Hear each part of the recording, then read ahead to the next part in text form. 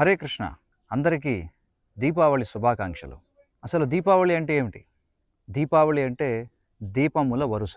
శ్రీరామచంద్ర భగవానుడు తన తండ్రి అయినటువంటి దశరథ మహారాజు చేత 14 సంవత్సరాల పాటు వనవాసానికి వెళ్ళాల్సిందిగా ఆజ్ఞాపించబడిన తరువాత అయోధ్య నగర ప్రజలకు, లేదా మరొక విధంగా చెప్పాలంటే ఆ భగవంతుని యొక్క భక్తులకు ఆ భగవంతుడే వెలుగు.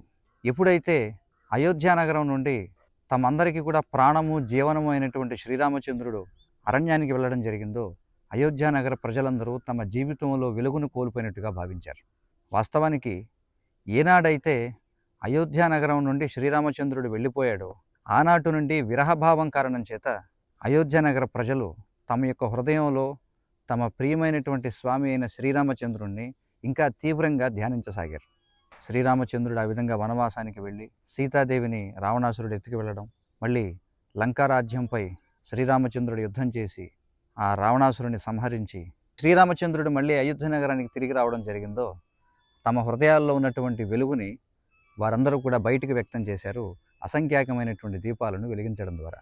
ఆ విధంగా వారి యొక్క హృదయాల్లో భగవత్ చైతన్యం అనేటువంటి వెలుగు ఎప్పుడూ వెలుగుతూనే ఉంది.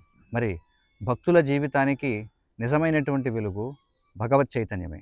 మన జీవితాలలో ఎంతటి కృత్రిమమైనటువంటి వెలుగున్నప్పటికీ హృదయాల్లో భగవత్ చైతన్యం అనేది లేకపోతే మనం అంధకారంలో ఉన్నట్లే. మరి శ్రీరామచంద్రుడు ఏ విధంగా తన యొక్క భక్తుల జీవితాల్లో వెలుగును నింపుతాడనేటువంటి విషయాన్ని తెలుసుకోవాలంటే చక్కటి గ్రంథం శ్రీ వాల్మీకి రామాయణం చదవండి.